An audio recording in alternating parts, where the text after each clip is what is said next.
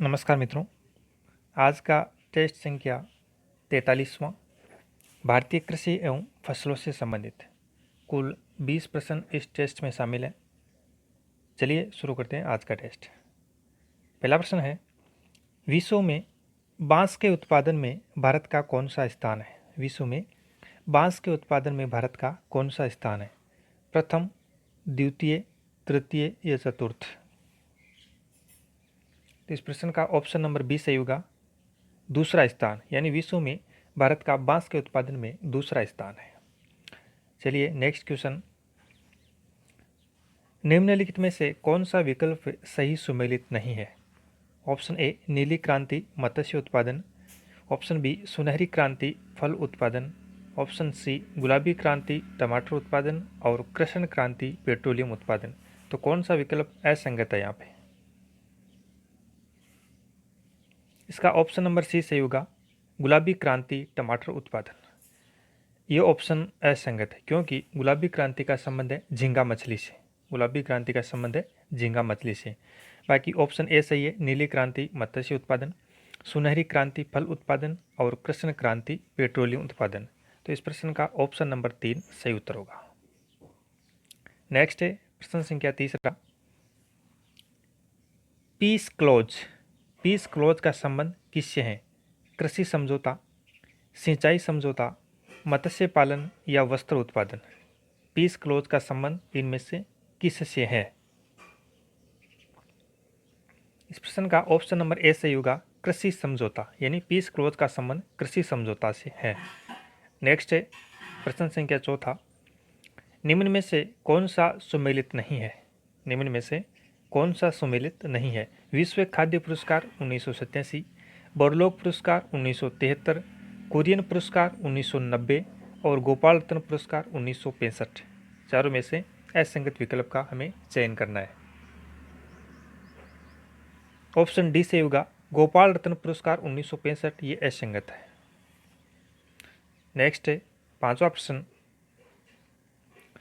Blue box का संबंध किससे है? ब्लू बॉक्स का संबंध किससे है? कृषि सब्सिडी, एक प्रकार की मशीन, सिंचाई तकनीकी या एक प्रकार का कर?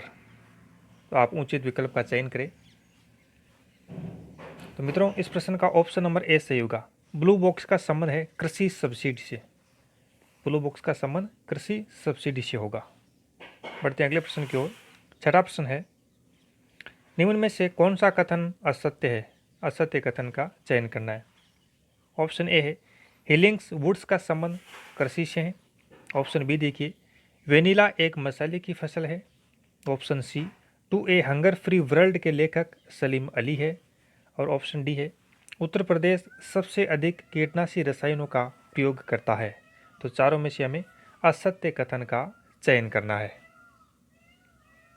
तो मित्रों इसका ऑप्शन नंबर सी सही होगा, to a hunger free world के लेखक सलीम अली नहीं है, ये ऑप्शन यहाँ पे गलत है।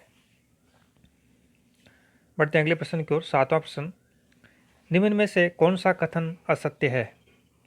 ऑप्शन ए है, राष्ट्रीय बागवानी मिशन 2005 में शुरू किया गया था।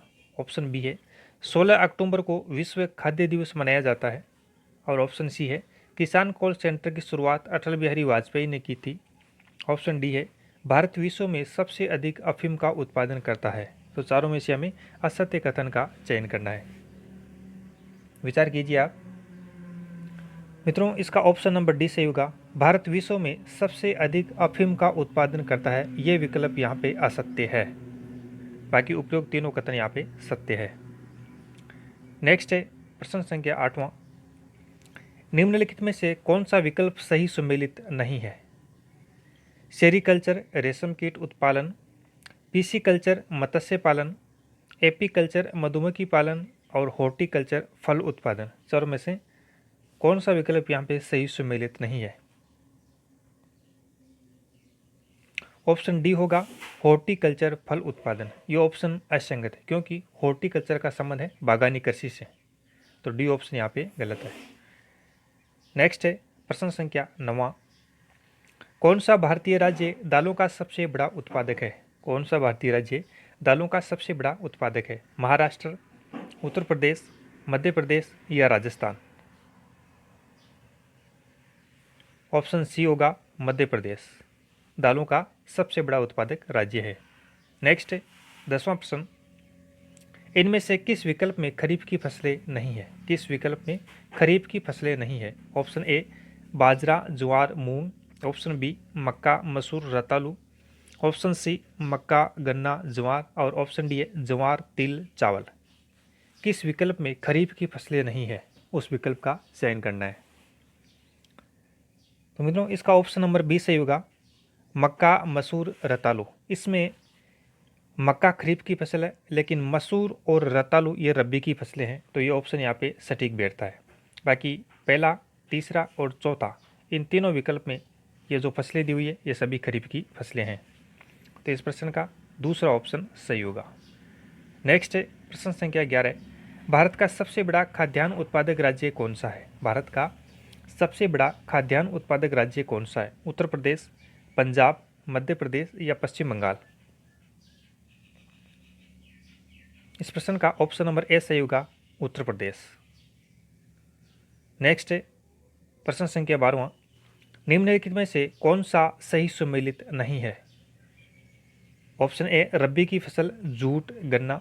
खरीफ की फसल मक्का। जायद फसल खीरा, तरबूज। और नकदी फसल कपास। कौन सा विकल्प यहाँ पे सुमेलित नहीं है? इस प्रश्न का ऑप्शन ए सही होगा, रबी की फसल जूट, गन्ना। तो जूट और गन्ना खरीफ की फसलें न कि रबी की, अतः ऑप्शन ए सही होगा। नेक्स्ट है प्रश्न संख्या 13वां, निम्नलिखित में से कौन सा कथन सही नहीं है, यानी असत्य कथन का चयन करना है। ऑप्शन ए भारत विश्व में फलों का दूसरा सबसे बड़ा उत्पादक है। ऑप्शन बी देखिए, भारत दुनिया में सब्जियों का सबसे बड़ा उत्पादक है। ऑप्शन सी है, फल, सब्जियों एवं मसालों के उत्पादन को बागवानी कहा जाता है। और ऑप्शन डी है, उत्तर प्रदेश भारत में गेहूं का सबसे बड़ा उत्पादक है। तो चारों में से हमें असत्य कथन का चयन करना है। तो मित्रों इस प्रश्न का ऑप्शन नंबर बी सही होगा, भारत दुनिया में सब्जियों का सबसे बड़ा उत्पादक है, यह कथन यहाँ पे असत्य है। तो इस प्रश्न का ऑप्शन बी सही हो जाएगा। नेक्स्ट है प्रश्न संख्या 14, स्थानांतरित कृषि की आधारभूत विशेषता है। स्थानांतरित कृषि की आधारभूत विशेषता इनमें से क्या है? ऑप्शन ए फसलों का परिक्रमण। ऑप्शन बी है एक फसल गहन कृषि। ऑप्शन सी है खेतों का परिक्रमण। और ऑप्शन डी है बहुफसल गहन कृषि। तो चारों में से उचित विकल्प का चयन कीजिए। इस प्रश्न का ऑप्शन नंबर डी सही होगा, बहुफसल गहन कृषि ये स्थानांतरित कृषि की एक आधारभूत विशेषता मानी जाती है। बढ़ते हैं अगले प्रश्न की ओर। प्रश्न संख्या 15वां, चावल की खेती के लिए आदर्श जलवायु परिस्थितियां हैं। चावल की खेती के लिए इनमें से कौन सी परिस्थितियां आदर्श है? ऑप्शन ए है पूरी फसल के समय गर्म एवं शुष्क जलवायु। ऑप्शन बी है 100 सेंटीमीटर से कम वर्षा तथा 25 डिग्री से कम तापमान। ऑप्शन सी है पूरी फसल के समय ठंडी व आर्द्र जलवायु। और ऑप्शन डी है 100 सेंटीमीटर से अधिक वर्षा तथा 25 डिग्री से अधिक तापमान। तो चारों में से उचित विकल्प का चयन कीजिए। तो मित्रों इस प्रश्न में ऑप्शन नंबर चौथा सही होगा, चावल की खेती के लिए जो उपयुक्त परिस्थितियां हैं जलवायु की वो है 100 सेंटीमीटर से अधिक वर्षा तथा 25 डिग्री से अधिक तापमान। तो इस प्रश्न का ऑप्शन 4 सही होगा। बढ़ते हैं अगले प्रश्न की ओर। प्रश्न संख्या 16वां, कर्नाटक में कहवा की खेती के लिए उपयोगी मानसून से पहले की बौछारों को कहा जाता है? नार्वेस्टर, चेरी ब्लास्म, स्प्रिंग स्टार्म या काल बैसाखी। कर्नाटक में जो कहवा की खेती के लिए मानसून से पहले की जो बौछारें होती है उसे क्या कहा जाता है? तो 16वें प्रश्न का सही उत्तर होगा option number B, cherry blossom. Option number B. Next है प्रश्न संख्या 17, हरित क्रांति के जन्मदाता कौन है? Verghese Kurien, Norman E Borlaug, M Swaminathan, H L बेकलेड। हरित क्रांति के जन्मदाता, विश्व स्तर पर बात हो रही है यहाँ पे।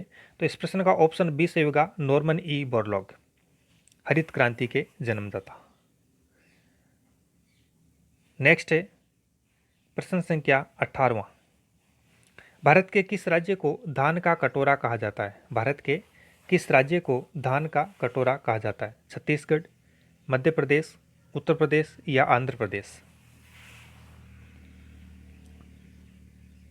इस प्रश्न का ऑप्शन नंबर ए सही होगा।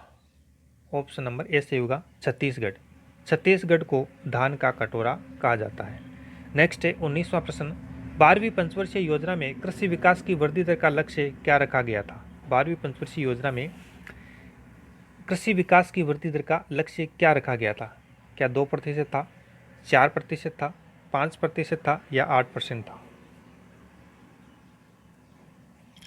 ऑप्शन बी सही होगा, 4%।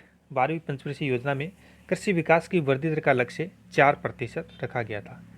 चलिए नेक्स्ट और आज के टेस्ट का अंतिम प्रश्न है, इनमें से कौन सा विकल्प सही सुमेलित नहीं है?